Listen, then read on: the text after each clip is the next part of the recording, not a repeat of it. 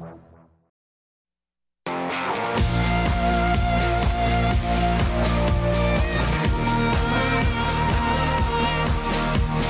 I'm Jack Porter.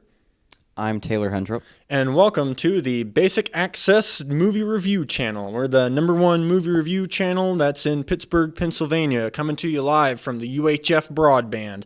It's going to be a good time here. We're going to talk about some good films, some really great films, the best of the films. What's the best film you've seen this year? La Dolce Vita. La Dolce Vita. That means The Good Life, and I had a good time watching The Good Life. What would you give it out of 10? 7. I'd give it a 9. The only thing that I would have to say is I did not like having to read the subtitles. It's reading and watching movies, that's just not compatible. I think the best movie I saw this year was Pulp Fiction. It's a witty, irreverent crime comedy. It's full of some really crazy characters, some really great dialogue, some really memorable scenes, and a wonderful performance from John Travolta. He's getting back on the high horse here. So, I think everybody in Pittsburgh should go out and buy a VHS copy of Pulp Fiction today. What did you think of Pulp Fiction? It was a little dull. Well, that's where you're wrong. I mean, it's fine. It's just kind of like a mixtape of shit I've seen before. I don't get the big appeal. Let me tell you, buddy, Quentin Tarantino is an auteur master. You don't know what you're talking about.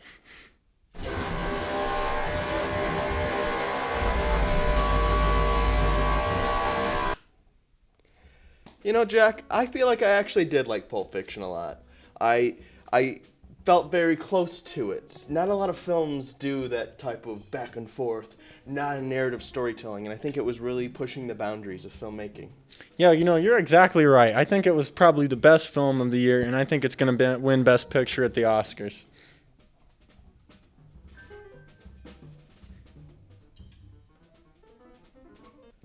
Yeah, so welcome to the show. We're going to talk about a really great writer here, a really great screenwriter. His name is Blake Snyder. He's the author of Save the Cat, the #1 screenwriting book that will help you sell your spec script. He's probably the greatest writer to have ever graced cinema. I think he's really fantastic. And, today we're going to talk about the best film that he's ever written and probably one of the greatest spec scripts that ever was sold to Hollywood. And that film is Stop or My Mom Will Shoot. Well, he also wrote Blank Check, so I guess that's an acceptable substitute. I own you, kid! Get him! Come here! Come here! He's got my money!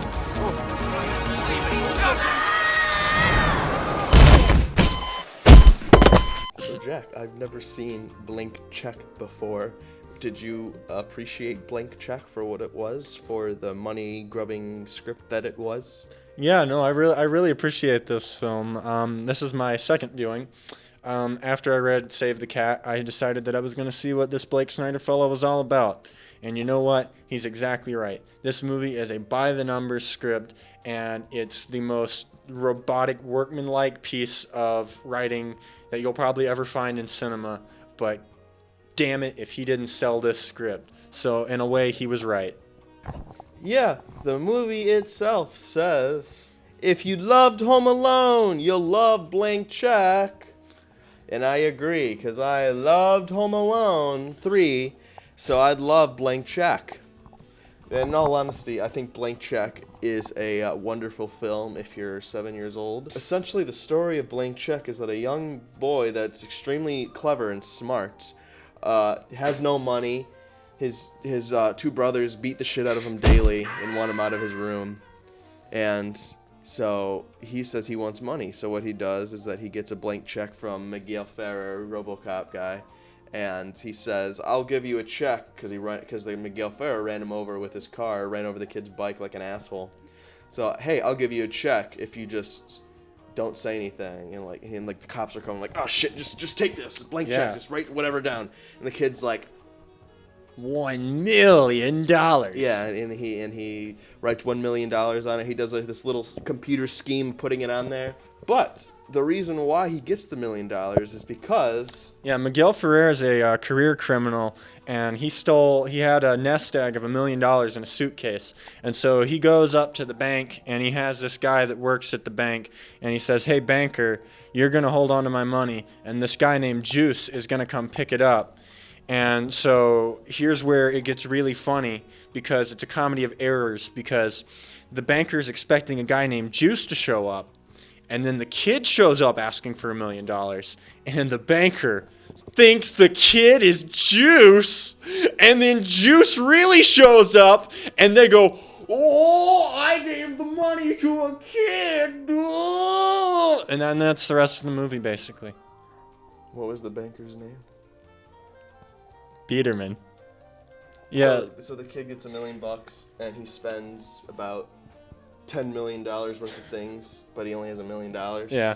Somehow the movie it's one of those fake, I got $1 million! Yeah, And it's so like- he buys the world. And Yeah, that's not that basically. much. Well, yeah, because like I mean, he buys a mansion for $300,000, and then so that means he has $700,000 left, and he builds like all these add-ons and things to the mansion, and he has all these people that are coming to install it.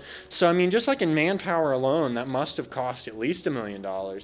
But you know, I mean, he just basically he somehow has $1 million goes a very long way in this film, and it seems kind of unrealistic.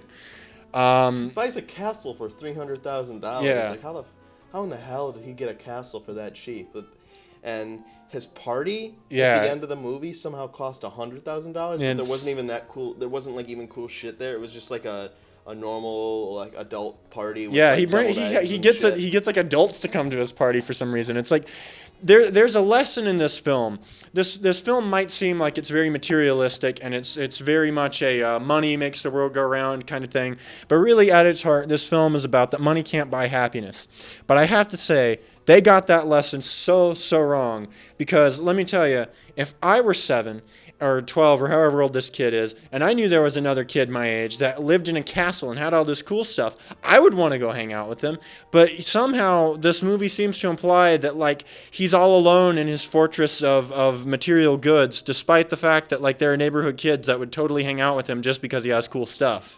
He goes to a frickin' park and with his bike, and he's like, "Oh, I wish I had kids to play with."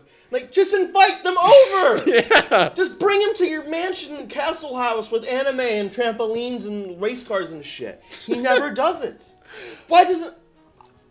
Well, because the movie has to have a moral, or else this movie's going to kind of seem like it's like a fascist tale. Because he basically realizes for a brief while, it seems to be that the moral of the story is that money really gives you power. Because there's a couple moments where he's bossing adults around, and like at the snap of his fingers, they'll like do whatever he tells them because he's going to pay them. And it kind of seems a little creepy. But then they try and like do a 180 and decide that the message is really that money can't buy happiness. And so Well, it's all okay in the end. Money bought his one and only friend, the limo driver. Yeah. So what's the point of any of that? Because the whole time, the only guy that he has is like a shitty, like cheap, funny fat guy that was He's the like limo B-grade driver. Chris Farley, and he's just like, "Oh It's like boy, D-grade yeah." Chris He's Farley. like, "I bought you a 5-gallon drum of ice cream," you know, and the Why kid. would I want that? That's Yeah. too much. Well, the kid's like, "Oh boy, I get to eat ice cream and party all the time," and it's just like, and this movie takes place over like the span of like 48 hours. So this kid spent like $1 million in 48 hours, which is like insane. So here's another little side plot in this film that also kind of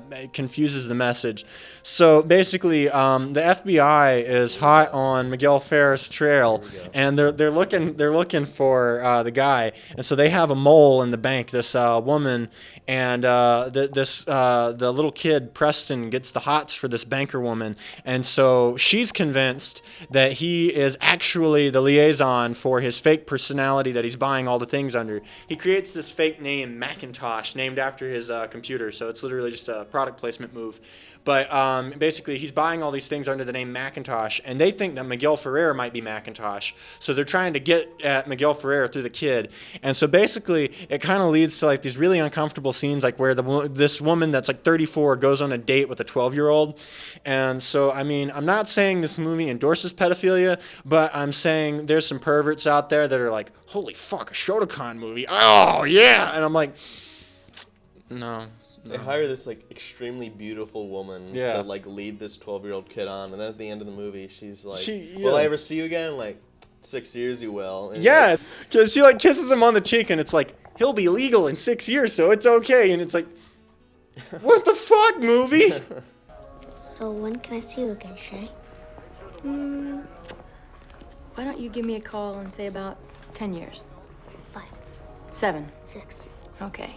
there's like a montage sequence early on in the film where he buys like a bunch of stuff at first, and it's like all this kind of like early like MTV rap video kind of things where they're like cranking the zoom lens thing and they're going like whoa into the camera, and it's like wide angle lens stuff, and it's just like I never ever wanted to buy clothes when I was 12. What the hell is wrong with this? Yeah, kid? All I bought was I would buy video games, I would buy movies, and I would buy Lego sets. Yeah, he like buys this outfit and he's like, look at me. So yeah, exactly. Well, see, but like that. Well, no, he could have even gotten the like, limo driver to go buy him porn. Like, I mean, he clearly has no qualms about hanging out with a 12-year-old. How much do you think Jimmy Neutron Boy Genius was influenced by Blank Check? I Just think, the one scene at the beginning, obviously. Oh yeah. No, I think it's definitely he's like kind of like, oh boy, I wish I could like have these things, and then he has like the party or whatever. So I mean, there's a line, but it's also just like a generic kids movie. So a lot of that could be said of like It happens a lot. Yeah. Yeah, because it's basically this doesn't feel like a theatrically released movie, but I'm pretty certain this did get a theatrical release because It did. Okay, because like this feels like a Disney Channel original movie, and I watched a lot of those growing up because I had shit taste, and they pretty much all kind of follow the same thing, where it's like this kid's like, boy, I wish I had something, even though I live a privileged life in the suburbs, and then they get whatever like weird thing. Usually it's like something magic, or like they get like a robot friend. In this case, he gets $1 million, and then just some shenanigans happen. It's like 90% montage sequences, and then he learns a valuable lesson at the end. Like there's even a couple breaks in this film, like where like the scene transitions, it feels like it was specifically designed to like where you could add in commercials for the TV airing. It's Or a Mac and Me. yeah. Yeah, so like you said earlier, if you like Home Alone, you're gonna like Blank Check, and boy, does this movie feel like a Home Alone clone at the end. Home a clone. But yeah, so basically at the end, Miguel Ferrer finally finds the kid. He and the banker and Tone Loc, the famous one-hit wonder rapper that tried to get an acting career and then did absolutely nothing. He wound up in Blank Check. But after they spend the whole movie trying to hunt down the kid, they finally find him at his mansion. And so they basically lay siege on the house. And then they find themselves the victim of some insidious, not traps. They just kind of like stumble into things, and like he doesn't even like They walk into situations and they go, whoa, Yeah. and like, oh my nuts. Yeah, exactly, because it's like he doesn't even set traps. He just like has shit laying around because he didn't clean anything up, and so they just like fall into things. Legos, kind of. Yeah, like that. so like the banker like falls into like the VR Biederman. anime headset. Yeah, so Biederman falls into the anime VR headset thing, and he's like, what is this anime? Whoa! And he gets like spun around. That's and, me. like, That's me every time. Yeah. Every night. And then the Tone Loc goes into a batting cage that the kid apparently had set up, and so they shoot him in the dick with baseballs, and he falls over. And then Miguel Ferrer, like the kid for whatever reason, he has this weird like contraption. It's like a steel ball, like a cage. And you sit in it, and then like it rolls you around, and it looks really uncomfortable. But Miguel Ferrer somehow falls into it, and the kid like rams into him with a little Go-kart. Yeah, go-kart thing. And Miguel Ferrer like gets launched into a pool, and like he could have died because there's like the ball somehow just opens when he hits the water. But like if it didn't, he would have drowned because he was unconscious in the water, like trapped. Basically, there's like this kind of whole thing like where he finally has to fess up that he's the Macintosh guy. And he gets like a heartfelt moment with his dad where the dad still thinks that he's Macintosh, and he's like sitting in a chair with the back to the dad. So he's like, I think I've just been a little hard on my son. He's so concerned about money, but I feel like I just don't spend enough time with him because I'm so busy with mergers and acquisitions and business things that 7-year-olds vaguely understand. And the kid's like crying, and they like put some like glycerin on his face so it looks like he's crying. And the dad's like, oh, if only I'd been a better father. And he's like, my dad really does understand, that kind of moment. All that shit happens. Yeah. And then the movie keeps going at that last scene. Yeah, and and I'm like, it's like an abrupt tonal shift because it kind of ends like on this like sad note where he's like, I guess money really can't buy happiness. And then Miguel Ferrer shows up and he's like, time to get shot in the dick. Well, to be fair, Home Alone does that too, where he goes to church and then he meets a creepy Well, yeah. snowman. See, that inspires him. Like there's a purpose. like it just goes like completely out of nowhere. It goes into the Home Alone shenanigans. Like Home Alone actually earned its shenanigans because like it's like I have to defend my house kind of thing. Because like he didn't give a fuck before because he's like my family isn't cool. And then he finally realizes like when the homeless guy is like my daughter doesn't talk to me anymore. He's like family does have value. He's not a homeless guy. You know what I mean? The old creepy guy, the shovel guy, and so. Pigeon woman. Hey, yeah. You know, honestly, I feel like this movie, I think, directly inspired Home Alone 3 because Home Alone 3 is really shitty, and this movie's kind of shitty. So I have to feel like John Hughes was like, well, if they're going to rip off my movie, I'll show them how to make a bad Home Alone film. I liked Blank Check. Oh, yeah, it's fine. Yeah, I liked watching it on VHS and watching all the Disney home video trailers before. Yeah. VHS has been defunct for 11 years now, so it's officially retro again. Netflix should mail us VHS tapes. Netflix sucks ass. Hulu should mail us VHS tapes. That'll give them the leg There up we on go. Netflix. Hulu. Crackle should send us the VHS Yeah. tapes. So yeah, I mean it's a fun movie. I mean I know we were ragging on it, but like it's the kind of thing that if It's easy to rag on. oh it. yeah, It's I mean a kids movie. well see because like if I had seen this movie when I was like 8 or 9 and I still like had fantasies of like oh boy if I had $1 million I would buy all these Lego sets and all this stuff. This movie it's pure wish fulfillment, escapist kind of stuff for little kids. I mean it's not meant for anybody older than like the age of 10 because about that age you finally start to realize that like $1 million can't buy you everything. But it's very harmless fun. I mean, it's mostly just fun to laugh at because Blake Snyder wrote this entire book about like screenwriting and stuff, and then you actually see what he put out, and you're like, oh, okay. You know, I mean, if it's of Disney kids movies like this, it's one of the least worst. You know a friend that could be like a man in the field for us, right? Yeah, you know, I happen to be pretty good friends with the nostalgia critic Doug Walker. I don't know. Well, come on, give him a chance. I mean, he's been out of work forever. I mean, nobody watches his videos anymore. I mean, he had that whole debacle with the supervillain shuffle, and nobody takes him seriously anymore. He needs a handout. All right. So our man in the field, Doug Walker. How did you feel about this film? Oh God, for the love of God, help me, I'm burning in hell.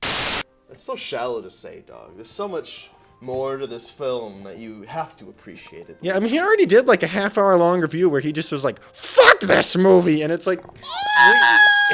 Well, as things are winding down, you know, I have a very interesting fun fact to say, and I think the audience will appreciate this. Every copy of Blank Check actually comes with a real blank check. And I got one, and I filled it out for $20 because I'm not an asshole. And, you know, I think... Check shoot for 20... Oh, check for $20. Yeah, it's a real check for $20. It's in every blank check. Go buy one. You'll find it. So I think it would be a good idea if we spent this and made a little investment into our show and, you know, up the brand a little bit, get ourselves some higher production values. There's a lot of things that we can get.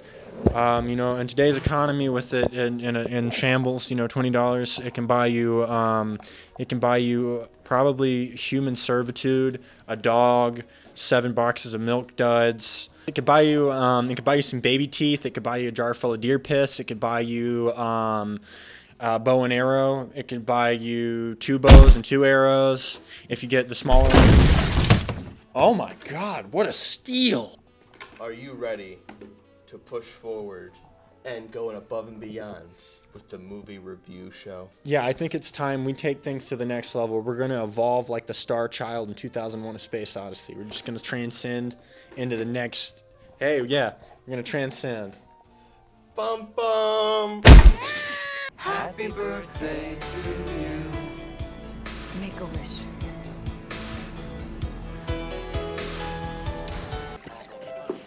Thank you.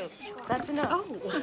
So, buddy, that was fun. Anything else you'd want to pick someday that we could watch? I think we could keep doing this, you know? Yeah, I think we could. I think we should do Pulp Fiction, Fight Club, The Dark Knight, Shawshank Redemption, The Godfather Part 1, The Green Mile, The Godfather Part 2. The IMDb top 250 movies list. No, that's just my personal top 250 Oh, list. sorry.